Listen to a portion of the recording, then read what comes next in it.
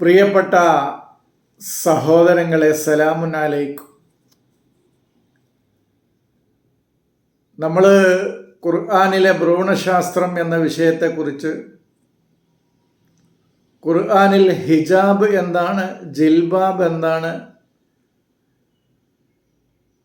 ഇതുപോലെയുള്ള വിഷയങ്ങളായിരുന്നു നമ്മൾ ചർച്ച ചെയ്തു വന്നിരുന്നത്. അതിൽ ഇനി ഒന്ന് രണ്ട് കാര്യങ്ങൾ കൂടി പൂർത്തീകരിക്കാനുണ്ട്. അതിനിടയിൽ ഞാൻ പറഞ്ഞു, 2-3 സംശയങ്ങൾ എൻ്റെ സഹോദരങ്ങളുടെ ഭാഗത്തു നിന്നും വന്നിട്ടുണ്ട്. അതിൽ ഒന്ന് നമ്മൾ വിശദീകരിച്ചു, എങ്ങനെ ലയാലി അയ്യാമായി മാറുന്നു എന്നുള്ളത്. മറ്റൊരു വിഷയം, വളരെ വളരെ പ്രധാനപ്പെട്ട ഒരു വിഷയമാണ് ജിസിയ എന്നുള്ളത്. ഇന്ന് നമ്മളതിന് നികുതി, ടാക്സ്, കപ്പം എന്നൊക്കെ നമ്മൾ പറയുന്ന അർത്ഥം അതാണ്. അതായത് വേദക്കാരിൽ നിന്നും ഉള്ള ആളുകൾ അള്ളാഹുവിലും അന്ത്യദിനത്തിലും വിശ്വസിക്കാത്തവരായ, അള്ളാഹുവും അവൻ്റെ റസൂലും ഹറാമാക്കിയതിനെ നിഷിദ്ധമാക്കിയതിനെ നിഷിദ്ധമാക്കാത്ത, സത്യദീനായ ഇസ്ലാം മതം വിശ്വസിക്കാത്ത ആളുകളോട് നീ യുദ്ധം ചെയ്യണം, അവർ ജിസിയ കൊടുക്കുന്നത് വരെ, അവർ അതിന് കീഴ്പ്പെട്ടുകൊണ്ട് ജിസിയ കൊടുക്കുന്നത് വരെ എന്ന് പറയുന്ന ഈ വചനം വളരെ വിവാദമായൊരു വചനമാണിത്. അതായത് ഇസ്ലാമിക ശരീഅത്ത് അനുസരിച്ച് ജീവിക്കാൻ തയ്യാറില്ലാത്ത ആളുകളോട് കാത്തിലു, നിങ്ങൾ യുദ്ധം ചെയ്യുക എന്നുള്ളതാണ്. ഇത് ഒരുപാട് കാര്യങ്ങൾ ഇതിൽ വിശദീകരിക്കാനുണ്ട്. കിതാൽ വിശദീകരിക്കാനുണ്ട്. അള്ളാഹുവിൽ വിശ്വസിക്കുക എന്ന് പറഞ്ഞാൽ എന്താണ്? യൗമുൽ ആഖിറിൽ വിശ്വസിക്കുക എന്ന് പറഞ്ഞാൽ എന്താണ്? അള്ളാഹുവും റസൂലും ഹറമാക്കിയതിനെ ഹറാമാക്കാത്തവർ എന്ന് പറഞ്ഞാൽ എന്താണ്? ദീനുൽ ഹക്ക് എന്താണ്? ഇന്ന് ഞാനൊരു ആമുഖം മാത്രമേ വിശദീകരിക്കുന്നുള്ളൂ. ഒരു 8-10 ക്ലാസ് എടുത്താൽ പോലും തീരാത്തൊരു വിഷയമാണിത്. ജിസിയ എന്താണ്, സാഹിറൂൻ എന്ന് പറഞ്ഞാൽ എന്താണ്, ഈ വിഷയങ്ങളൊക്കെ നമ്മൾ സംസാരിക്കേണ്ടതുണ്ട്. അപ്പം ഈ വചനത്തിൻ്റെ തൊട്ട് മുമ്പുള്ള വചനം ഇന്നമൽ മുശ്രിക്കൂന നജസുൻ എന്ന് പറയുന്ന ഒരു വചനമാണ്. ഇന്നമൽ മുശ്രിക്കൂന നജസുൻ എന്ന് പറഞ്ഞതിന് ശേഷം മുശ്രിക്കീങ്ങൾ നജസാണ് എന്ന് പറഞ്ഞിട്ടാണ്. ഇതൊക്കെ ബാഹ്യമായ പദാർത്ഥ തലത്തിലുള്ള വായന നടത്തിയപ്പോഴാണ് ഈ വചനങ്ങളൊക്കെ പ്രശ്നമായത്. മുശ്രിക്കീങ്ങൾ നജസാണെന്നും അവർ മസ്ജിദുൽ ഹറാമിലേക്ക് അടുക്കരുത് എന്നും പറയുന്നത്, മുശ്രിക്കീങ്ങൾ നജസായിരിക്കെ അവർ മസ്ജിദുൽ ഹറാമിലേക്ക് അടുക്കരുത് എന്ന് പറയുന്നത്, മസ്ജിദുൽ ഹറാം ഒരു പ്രത്യേക കെട്ടിടമായി കാണുകയും അഴുക്ക് എന്നുള്ളത് ബാഹ്യമായ അഴുക്കായി കാണുകയും ഒക്കെ ചെയ്തപ്പോഴാണ് ഈ പ്രശ്നങ്ങളൊക്കെ ഉണ്ടാകുന്നത്. അതിനുശേഷമാണ് ഈ വചനം പറയുന്നത്. എൻ്റെയും നിങ്ങളുടെയും ഒക്കെ ഉള്ളിലുള്ള ശിർക്കൻ വിശ്വാസങ്ങളാണ് നമ്മുടെ ഉള്ളിലെ മുശ്രിക്ക് എന്ന് പറയുന്നത് എന്ന് തിരിച്ചറിയാത്തിടത്തോളം കാലം ഇതൊക്കെ പ്രശ്നമാണ്. ഞാൻ പറഞ്ഞ ഷിർക്കും മുശ്രിക്കും എന്താണെന്ന് വിശദീകരിച്ച ക്ലാസ് ഈ ചാനലിലുണ്ട്, അത് കേൾക്കുക. ഇബ്രാഹിമാണ് ഷിർക്കിൽ നിന്ന് പൂർണ്ണമായിട്ടും മോചിതം 9 ഷിർക്കിൻ്റെ 9 മേഖലകളിൽ നിന്ന് മോചിതനായ വ്യക്തി ഇബ്രാഹിമാണ് എന്നുള്ളത് നമ്മൾ മനസ്സിലാക്കണം. അതാണ് 9 സ്ഥലത്ത് ഒമാക്കാന മിനൽ മുശ്രിക്കീൻ എന്ന് ഇബ്രാഹിമിനെ കുറിച്ച് പറയാനുള്ള കാരണം. അല്ലാതെ 9 സ്ഥലത്ത് വെറുതെ ആവർത്തിച്ചതല്ല. അപ്പോൾ അവിടെ ഞാൻ ഷിർക്കിലേക്ക് പോകുന്നില്ല. അപ്പോൾ നമ്മളുടെ ഉള്ളിലെ ഓരോരുത്തരിലും തെറ്റായ അറിവുകൾ, പാരമ്പര്യ വിശ്വാസങ്ങൾ, ഇതൊക്കെയാണ് നമ്മുടെ ഉള്ളിലെ വിഗ്രഹങ്ങളായിട്ട് ഉള്ളത്. ആ വിഗ്രഹങ്ങളെയാണ് നമ്മൾ പൂർണ്ണമായിട്ടും തച്ചുടച്ച് ആ ഷിർക്കിൽ നിന്ന് നമ്മൾ മോചിതരാകേണ്ടത്. ആ 9 ഷിർക്കുകളെ, മുശ്രിക്കുകളെയാണ് നമ്മളിൽ നിന്നും ഇല്ലാതാക്കേണ്ടത്. അതാണ് നമ്മൾ, അതിലൊരു സൂചന മാത്രമേ നമ്മളിപ്പോൾ അവിടെ നൽകുന്നുള്ളൂ. നമ്മുടെ വിഷയം അതല്ല. അപ്പം നജസ് എന്ന് പറയുന്നത് പറഞ്ഞിട്ട് ബാഹ്യമായ നജസ്, അഴുക്ക് എന്നുള്ള അർത്ഥത്തിനല്ല. എൻ്റെ ഒരു കുട്ടിയുടെ പ്രായമുള്ള ഒരു പെൺകുട്ടി ഈ ആയത്ത് ഒരു കാലഘട്ടത്തിൽ മനസ്സിലാക്കി എവിടെയും, അതായത് അമുസ്ലിങ്ങളോട് ഇടപഴകുന്നത് മുഴുവൻ അഴുക്കാകുമോ എന്നുള്ള ഭയത്താൽ അങ്ങനെ മാനസികമായി ഒരുപാട് പ്രശ്നങ്ങൾ അനുഭവിച്ച കഥ പറയുന്നുണ്ട്. അപ്പോൾ നമ്മൾ മാനസികമായി സിജിനു നഫ്സിൽ കഴിയുന്ന ഒരാളുടെ അവസ്ഥയാണ് അവൻ്റെ നജസ് എന്ന് പറയുന്നത്. അതാണ് സിജിന് നജസ് എന്നൊക്കെ പറയുന്നത്. അത് തമ്മിലുള്ള ബന്ധം അതാണ്. നമ്മൾ ശിർക്കൻ വിശ്വാസങ്ങളിൽ കഴിയുമ്പോൾ നമ്മൾ മനസ്സ് നമ്മുടെ സിജിനു നഫ്സിലാണ് നമ്മുടേത്. ആ സിജിനു നഫ്സിൽ നിന്ന് മോചനം നേടേണ്ടതിൻ്റെ കാര്യങ്ങളാണ്. കാരണം അറിവിൻ്റെ പ്രഭവ കേന്ദ്രത്തിലേക്ക് അവർ സെൻറ്ററിലേക്ക്, അതിൻ്റെ മർക്കസിലേക്ക് അവർ അടുക്കണമെങ്കിൽ അതിൽ നിന്ന് അവർ മുക്തരാകേണ്ടതുണ്ട് എന്നാണ് നമ്മൾ പറയുന്നത്. അതാണ് മസ്ജിദുൽ ഹറാമിലേക്ക് അടുക്കരുത് എന്നൊക്കെ പറയുന്നത്. വിജ്ഞാനത്തിൻ്റെ പ്രഭവ കേന്ദ്രം, അറിവിൻ്റെ പ്രഭവ കേന്ദ്രം ആണ് മസ്ജിദുൽ ഹറാം. ജ്ഞാനത്തിൻ്റെ മർക്കസാണത്. അവിടെ നിന്നാണ് വിജ്ഞാനത്തിൻ്റെ മറ്റു മേഖലകളിലേക്ക് നമ്മൾ പോകേണ്ടത്. അല്ലാതെ ഒരു പ്രത്യേകമായ സ്ഥലമോ കെട്ടിടമോ അല്ല എന്നുള്ളതാണ് എനിക്ക് സൂചന നൽകാനുള്ളത്. അങ്ങനെ നമ്മൾ ഒതുക്കുമ്പോഴാണ് ഈ വിഷയങ്ങളൊക്കെ ഉണ്ടാകുന്നത് എന്ന് ഞാനൊരു സൂചന നൽകുകയാണ്. അപ്പോൾ 28-ാമത്തെ വചനത്തിലെ ഇന്നമൽ മുശ്രിക്കൂന നജസുൻ എന്ന് പറയുന്ന ആ നജസ് ഉണ്ടല്ലോ, യൂസുഫൊക്കെ അകപ്പെട്ട ആ സിജുനു നഫ്സ് ഉണ്ടല്ലോ, ലയസ്റ്റുനന്നഹു എന്ന് പറയണ്ടല്ലോ, വല യകൂനാമിന സാഗിരീൻ എന്ന് യൂസുഫുമായി ബന്ധപ്പെട്ട് പറയുന്നുണ്ടല്ലോ. അതാണ് സിജിന്. വല യകൂനാമിന സാഗിരീൻ. അവിടെയും ആ സാഗിരീൻ എന്നുള്ള വാക്ക് വന്നിട്ടുണ്ട്. അപ്പോൾ അതാണ് സാഗിരീൻ എന്നുള്ള വാക്ക് വന്നത് യൂസുഫുമായി ബന്ധപ്പെട്ടാണ്, പിശാചുമായി ബന്ധപ്പെട്ടാണ് ആ സാഗിരീൻ എന്നുള്ള വാക്ക് വന്നിട്ടുള്ളത്. പിശാചിനോട് പറയുന്നുണ്ടല്ലോ എന്ത്, ഫമാ യകൂന ലക അൻ തതകബ്ബറ ഫഖ്റുജ് ഇന്നക മിനസ് സാഗിരീൻ എന്ന് പറയുന്നുണ്ട്. അപ്പോൾ കിബറിൻ്റെയും ഇസ്തിക്ബാറിൻ്റെയും മുഖാബലായിട്ട്, അഭിമുഖമായിട്ട് വരുന്ന വാക്കാണ് സാഗിരീൻ എന്നുള്ളത്. പ്രത്യേകം മനസ്സിലാക്കുക. ഇതൊക്കെ നജസ്, സാഗിരീൻ, ജിസിയ, ഇതൊക്കെ ഒരു ആമുഖം, ചില സൂചനകളാണ്. ഇതിൻ്റെ വിശദമായ വിവരണങ്ങൾ അടുത്ത ക്ലാസ്സുകളിലൂടെ കടന്നു വരും. അപ്പോൾ സാഗിരീൻ എന്നുള്ളത് പിശാചിനോട് പറഞ്ഞതാ, ഫഖ്റുജ്, നീ ഈ ജന്നത്തുൽ മഅരിഫത്തിൽ നിന്ന് പുറത്തു പോവുക. ഫമാലക അൻ തതകബ്ബറ, കിബ്ർ നടിക്കാൻ നിനക്ക് പാടില്ല. അതുകൊണ്ടാണ് ഫഖ്റുജ് ഇന്നക മിനസ് സാഗിരീൻ എന്ന് പറയുന്നത്. നീ കിബ്റിലാണ് നിനക്കുള്ളത്, നീ കിബറിലാണുള്ളത്, അതുകൊണ്ട് നീ ഇവിടെ നിന്ന് പുറത്തു പോകണം എന്ന് പറയുന്നത്. ഫഖ്റുജ് മിനസ് സാഗിരീൻ എന്ന്. ആ ജന്നത്തുൽ മഅരിഫത്തിൽ വസിക്കാൻ കിബറും ഇസ്തിക്ബാറും ഒരാളിൽ ഉണ്ടാവുന്ന അവസ്ഥയിൽ അവന് സാധ്യമല്ല എന്നാണ് ഈ പറയുന്നത്.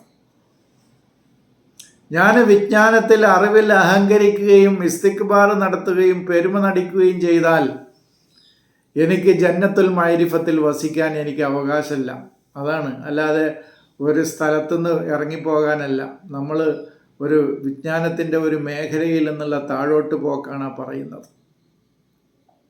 അപ്പോൾ സഗീർ സാഗിർ എന്നുള്ളത് പറയുന്നത് ഒരാൾ പഞ്ചപുച്ഛമടക്കി ഒരു രാജ്യത്തിന് കീഴ്പ്പെടുക എന്നുള്ള അർത്ഥത്തിനല്ല എന്നാണ് ഞാൻ പറയുന്നത്.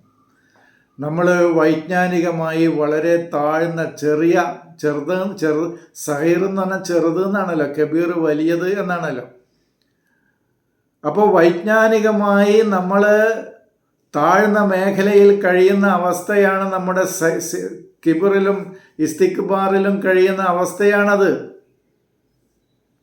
നമ്മൾ കിബറിലും ഇസ്തിക്ബാറിലും കഴിയുമ്പോൾ നമ്മൾ സഗീറായാണ് ചെയ്യണത്. സിഗാർ, സഗീർ, സാഗിർ എന്ന അവസ്ഥയിലാണ് നമ്മളുള്ളത് എന്നർത്ഥം.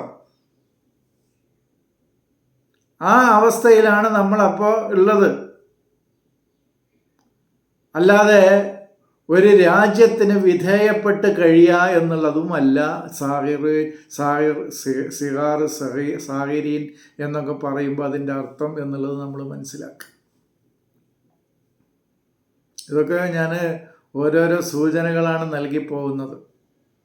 പക്ഷേ ഇത് പൂർണ്ണമായിട്ടും മനസ്സിലായില്ല എന്ന് പറഞ്ഞാൽ മനസ്സിലാവും അടുത്ത ക്ലാസ്സുകളിലൂടെ. പിന്നെ ചില ആളുകൾക്ക് ഒന്നും മനസ്സിലാവില്ല. കാരണം ഖുർആനിൻ്റെ ABCD പോലും അറിയാത്ത ആളുകൾ ഇതിൻ്റെ താഴെ വന്നിട്ട് ഇയാൾ പറയുന്നത് ഇയാൾക്ക് തന്നെ അറിയില്ല എന്ന് പറഞ്ഞിട്ട് കാര്യമൊന്നുമില്ല. അത് പാവങ്ങളങ്ങനെ പറഞ്ഞോട്ടെ, സാധുക്കൾ പാവം. അതിന് നമ്മൾ പ്രതികരിക്കാനൊന്നും പോകേണ്ടതില്ല. അതാണ് അതിനെക്കുറിച്ച് സൂചിപ്പിക്കാനുള്ളത്. നമ്മൾ മുസ്ഹഫിൻ്റെ ആന്തരികമായ വായനയാണ്, പഠനമാണ്. അതിന് ആഴത്തിൽ ഇരുന്ന് പഠിക്കാനും ചിന്തിക്കാനും ഒക്കെ ആവശ്യമുള്ള ആളുകൾ ഇത് കേട്ടാൽ മതി. അല്ലാത്ത ആളുകൾ ഇത് കേൾക്കണം എന്നില്ല. ഞാൻ പറഞ്ഞല്ലോ. ഇപ്പോൾ ഒഖർ റബ്ബിർഹമുഹുമ കമാ റബ്ബയാനി സഗീറ എന്ന് പറഞ്ഞല്ലോ. ഇമ്മാ യബ്ലുഗന്ന ഇൻദകൽ കിബ്ര അഹദുഹുമ ഔ കിലാഹുമ എന്നൊക്കെ പറയുന്നുണ്ടല്ലോ. അതൊക്കെ നമ്മൾ മനസ്സിലാക്കിയത് മുമ്പ് എല്ലാ ആളുകൾക്കും അറിയുന്ന ഒരു വചനാണത്. സൂറത്ത് അൽ-ഇസ്രായിലെ കമാ റബ്ബയാനി സഗീറ എന്ന് പറഞ്ഞാൽ ആ വാലിദൈനിയാണ് നമ്മൾ വൈജ്ഞാനിക രംഗത്ത്, ജ്ഞാനത്തിൻ്റെ രംഗത്ത് വളരെ താഴ്ന്ന തലത്തിലായിരിക്കുമ്പോൾ നമ്മളെ തർബിയത്ത് ചെയ്ത് വളർത്തിക്കൊണ്ടുവന്ന 2 വാലിദുകളാണവർ. ആ വാലിദുകൾക്ക് ഇഹ്സാൻ ചെയ്യണം എന്നാണ്, അവർക്ക് ഇനിയും വിജ്ഞാനത്തിൻ്റെ റഹ്മത്ത് നൽകണം എന്നാണ് റബ്ബിർഹംഹുമ എന്ന് പറയുന്നത്. എന്നാലേ എൻ്റെ ആ സിഗാറിൽ നിന്ന്, ആ സഗീറിൽ നിന്ന് എനിക്ക് തർബിയത്ത് ചെയ്യപ്പെട്ട് ഉയർന്നു വരാൻ സാധിക്കുള്ളൂ എന്നാണ്. ഞാൻ ഈ വചനം ആദ്യമായിട്ട് പറഞ്ഞപ്പോൾ എന്നെ വർഷങ്ങളായി പിന്തുടരുന്ന സഹോദരങ്ങൾക്ക് വരെ സംശയം ഉണ്ടായി. അപ്പോൾ മാതാപിതാക്കൾക്കും ഗുണം ചെയ്യണ്ട എന്നാണോ മാഷ് പറയുന്നത്? ആ വാലിദൈനിയും ആ കിബറിലേക്ക് പോയ 2 വാലിദൈനി ആരാണെന്ന് ഞാൻ വിശദീകരിച്ച് ആ ക്ലാസ്സിൽ പറഞ്ഞു. ആരൊക്കെയാണ് കിബറിലേക്ക്, കിബർ എന്ന് പറഞ്ഞാൽ വാർദ്ധക്യമല്ല, ആ കിബറിലേക്ക് പോയ 2 വാലിദൈനി ആരൊക്കെയാണ് എന്നുള്ളത് ഖുർആൻ പറയുന്നുണ്ട്. ഒക്കത് ബലഗനി അൽ കിബറ എന്ന് പറയുന്ന ആ വാലിദൈനി ആരാണ് ഒന്ന് ഖുർആൻ പറഞ്ഞത്. ഒക്കത് ബലഗനി അൽ കിബറ. അപ്പോൾ 2 വാലിദൈനി ആരൊക്കെയാണ് എന്നുള്ളത് ഞാൻ വിശദീകരിച്ചു കൊണ്ട് പറഞ്ഞു.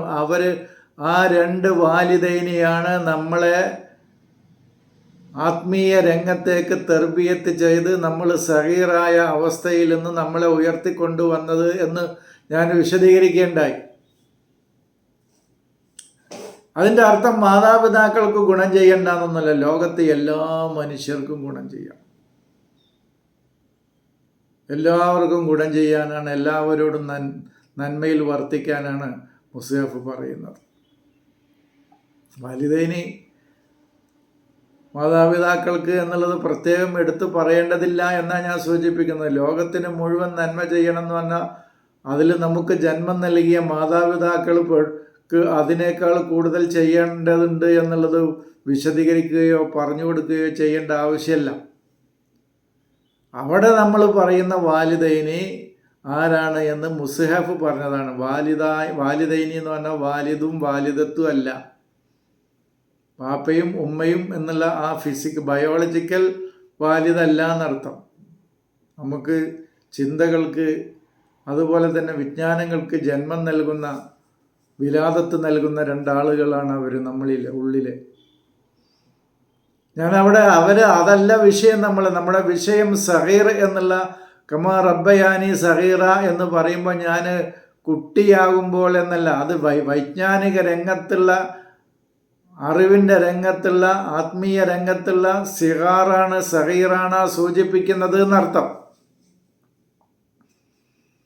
ഇപ്പം ജിസിയയിലേക്ക് തന്നെയാണ് വരുന്നത്. മാഷയുടെ വിഷയം ജിസിയല്ലേ എന്ന് ചോദിച്ചാൽ അതെ. പക്ഷേ ഈ വിഷയങ്ങളൊക്കെ പറയാതെ വെറും ജിസിയ യുഴത്തുമാണ്, യൂഹദു അല്ല എന്നുള്ളത് തന്നെ ആദ്യം നമ്മൾ മനസ്സിലാക്കണം. അത് 2 അറബി വാക്കാണ്. ജിസിയ നൽകാനുള്ളതാണ്, അവരിൽ നിന്ന് പിടിച്ചെടുക്കാനുള്ളതല്ല എന്നുള്ളത് തന്നെ പ്രധാനപ്പെട്ട ഒരു പോയിൻ്റായിട്ട് എൻ്റെ സഹോദരങ്ങൾ മനസ്സിലാക്കണം. അൽ ജിസിയത്ത് യുഅത്തു വലാ യൂഖദു മിൻഹും എന്നർത്ഥം. ജിസിയത്ത് യുഅത്തു ലഹും, അവർക്ക് നൽകേണ്ടതാണ്, വലാ യൂഖദു മിൻഹും, അവരിൽ നിന്ന് പിടിച്ചെടുക്കേണ്ടതല്ല. അടിവരയിട്ട് മനസ്സിലാക്കേണ്ട ഒരു പോയിൻ്റാണത്. അൽ ജിസിയത്ത് യുഅത്തു ലഹും വലാ യൂഖദു മിൻഹും. പക്ഷേ ഇപ്പോൾ ലോകത്ത് ഇന്ന് വ്യാഖ്യാനിക്കപ്പെട്ടിരിക്കുന്നത് അവരിൽ നിന്ന് നിർബന്ധപൂർവം അവരിൽ നിന്ന് പിടിച്ചെടുക്കേണ്ടതാണ് എന്നുള്ളതാണ്. അതാവും അഹദും തമ്മിലുള്ള വ്യത്യാസം പോലും എന്തുകൊണ്ട് നമ്മുടെ മഹാന്മാരായ ജ്ഞാനികൾ ചിന്തിച്ചില്ല എന്നാണ് ഞാനിങ്ങനെ ആലോചിക്കുന്നത്. അതാഹ് എന്ന് പറയുന്നത്, നൽകുക എന്ന് പറയുന്നത് സ്വമേധയാ തിരിച്ചൊരു പ്രതിഫലവും ആഗ്രഹിക്കാതെ നാം നൽകുന്ന നമ്മുടെ എഴുത്താഹ്, അതാണ് നൽകൽ എന്നാണ് അതാണ്. നേരെ മറിച്ച് നമ്മൾ നിർബന്ധപൂർവം നമ്മൾ നൽകേണ്ട, നമ്മളിൽ നിന്ന് പിടിച്ചെടുക്കപ്പെടുന്നതാണ് നമ്മുടെ, അതാണ് അഹദ്. ഈ രണ്ട് വ്യത്യാസം, അതാണ് ഞാൻ പോയിൻ്റായിട്ട് പറഞ്ഞ അൽ ജിസിയത്തു. ഖുർആൻ പറയുന്ന ജിസിയ യുഅത്തു ലഹും, അവർക്ക് നൽകേണ്ടതാണ്.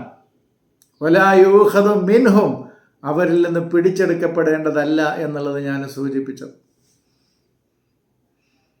അപ്പോൾ ജിസിയ എന്താണെന്നുള്ളത് നമ്മൾ പറയേണ്ടതുണ്ട്, നമുക്ക് മനസ്സിലാക്കേണ്ടതുണ്ട്. അപ്പോൾ ഇന്നമ ഖാത്തിലുല്ലതി, അതുപോലെ ഖിത്താല് മനസ്സിലാക്കേണ്ടതുണ്ട്. ഇപ്പോൾ ഇവിടുത്തെ ഇത് ചിന്തിക്കാൻ വേണ്ടിയിട്ടാണ്, ഇരുന്നൊന്ന് ചിന്തിക്കുക, എന്നിട്ട് ഞാൻ ഈ വിഷയങ്ങൾ പറയുമ്പോൾ നിങ്ങൾക്ക് മനസ്സിലാവും. നമ്മളിപ്പോൾ യുമിനൂന ബില്ലാഹി വൽ യൗമിൽ ആഖിരി, അള്ളാഹുവിലും അന്ത്യദിനത്തിലും വിശ്വസിക്കാത്ത, അള്ളാഹുവിൻ്റെ റസൂലും അള്ളാഹുവും വിലക്കിയത് വിലക്കാത്ത, ദീനുൽ ഹക്ക് ദീനായിട്ട് സ്വീകരിക്കാത്ത ആളുകളെ നിങ്ങൾ കൊന്നുകളയുക എന്ന് പറയുമ്പോൾ ഹത്താ യുഅത്തുൽ ജിസിയ എന്ന് പറയുന്നത്, പിന്നെ എങ്ങനെയാണ് അവർ ജിസിയ നൽകുക? ചിന്തിക്കണ്ടേ? അവർ ജിസിയ നൽകാൻ ആള് ബാക്കി വേണ്ടേ? ഹത്ത എന്ന് പറയുന്നത് ഷർത്തിയത്തിൻ്റെ ഹത്തല്ലേ, അതായത് നിബന്ധന, അതല്ലേ? ഞാൻ ഇതേ അധ്യായത്തിൽ തന്നെ 5-ാമത്തെ വചനം ഞാൻ ഒരിക്കൽ വിശദീകരിച്ചപ്പോൾ ചോദിച്ചു, അവര് ഫഖ്തുൽ മുശ്രിക്കീന ഹൈസു വജത്തുമൂഹും, മുശ്രിക്കീങ്ങളെ കണ്ടിടത്ത് വെച്ച് കൊല്ലുക എന്നാണെങ്കിൽ, പിന്നെ ഫഖല്ലു സബീലഹും, അവരുടെ വഴിക്ക് പാട്ടിന് വിടുക എന്ന് പറയാൻ ആളുകൾ കൊല്ലപ്പെട്ട് കഴിഞ്ഞില്ലേ? പിന്നെ നീ അവരെ ഏത് പാട്ടിനാണ് വിടുന്നത്? വൈൻ താബു അഖാമുസ്സലാത്ത വാത്തു സക്കാത്ത എന്നൊക്കെ പറയുന്നുണ്ട്. അവര് കൊന്നു കഴിഞ്ഞ മനുഷ്യരെ എങ്ങനെയാണ് പിന്നെ തൗബ ചെയ്യുന്നത്? പിന്നെ എങ്ങനെയാണ് അവർ സലാത്ത് നിർവഹിക്കുന്നത്? വാത്തു സക്കാത്ത, അവർ പിന്നെ എങ്ങനെയാണ് സക്കാത്ത് കൊടുക്കുന്നത്? നമ്മൾ ഇതൊക്കെ ചിന്തിക്കേണ്ട. ഖത്ല് എന്ന് പറയുന്നത് നമ്മുടെ ഉള്ളിലെ ശിർക്കൻ പ്രവർത്തനങ്ങളെ, അതിൻ്റെ വളീഫത്തിനെ ഇല്ലാതാക്കലാണത്. അതാണ് ഖാത്തിലുൽ മുശ്രിക്കീന എന്ന് പറഞ്ഞാൽ. അതന്നെയാണ് ഖാത്തിലു എന്ന് പറയുന്നത് തന്നെ. അതുപോലെ തന്നെ ലാ യുമിനൂന ബില്ലാഹി എന്ന് പറഞ്ഞാൽ അള്ളാഹു എന്ന് പറയുന്നത്, പിന്നെ നമ്മൾ പരിചയപ്പെടുത്തുന്ന ഒരു അള്ളാഹുവിനെ, നമ്മളെങ്ങനെയാണ് അള്ളാഹുവിനെ പരിചയപ്പെടുത്തുന്നത്? 7-ാം ആകാശത്തിലിരിക്കുന്ന, അതെന്നെ പ്രശ്നമല്ലേ? അവൻ്റെ സിംഹാസനങ്ങൾ 8 മലക്കുകൾ ഏറ്റി നിൽക്കുന്ന, ജനങ്ങളുടെ പ്രശ്നങ്ങൾ അറിയാൻ ഉയർന്ന 7 ആകാശത്തിൽ നിന്ന് താഴ്ന്ന 1-ാം ആകാശത്തേക്ക് ഇറങ്ങി വരണം എന്ന് പറയുന്നത് തന്നെ ഒരു ദൈവത്തിൻ്റെ പരിമിതിയല്ലേ? അങ്ങനത്തെ ഒരു അള്ളാഹുവിനെ, ഇങ്ങനെ ഒരുപാട് ഗുണങ്ങൾ നമ്മൾ സൃഷ്ടിച്ച അള്ളാഹുവിന് ചാർത്തി കൊടുത്തിട്ടുണ്ട്. നമ്മെ സൃഷ്ടിച്ച അള്ളാഹുവിനല്ല. അത് ഞാനൊരു ക്ലാസ്സിൽ പറഞ്ഞിട്ടുണ്ട്. നാം സൃഷ്ടിച്ച അള്ളാഹുവും നമ്മെ സൃഷ്ടിച്ച അള്ളാഹുവും തമ്മിലുള്ള വ്യത്യാസം. അപ്പോൾ അങ്ങനത്തെ ഒരു അള്ളാഹുവിൽ ഈമാൻ കൊണ്ടിട്ടില്ലെങ്കിൽ എന്ന് പറയുന്നത് അതല്ല. അതാണോ നമ്മൾ ചിന്തിക്കണം? യൗമുൽ ആഖിർ എന്ന് പറഞ്ഞാൽ അന്ത്യദിനം എന്നാണോ? ഇതൊക്കെ ഒന്ന് ചിന്തിക്കാൻ വേണ്ടി ചില സൂചനകൾ ഇട്ട് തരികയാണ് ഞാൻ. ആഖിറിന് എങ്ങനെ പരം എന്നൊരർത്ഥം കിട്ടിയത് എന്ന് ചിന്തിക്കണ്ടേ? പരലോകം എന്നുള്ളതിന്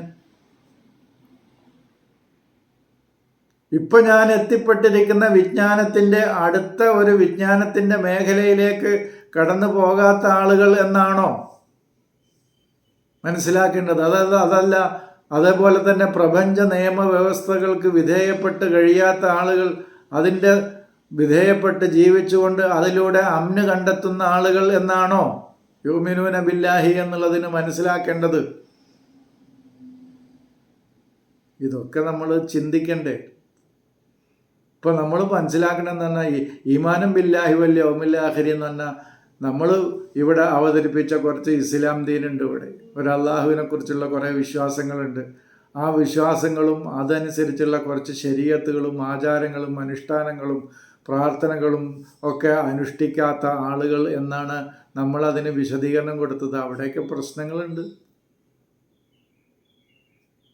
അപ്പോൾ ഈ വിഷയങ്ങളെക്കുറിച്ചൊക്കെ ഒന്ന് ആലോചിക്കാൻ, ചിന്തിക്കാൻ ആണ് ഞാൻ ആദ്യമായി നിങ്ങളുടെ ഒരു പാർട്ട് 1 എന്നുള്ളതാണ് ഇതിനിട്ടിട്ടുള്ളതെന്ന് തന്നെ.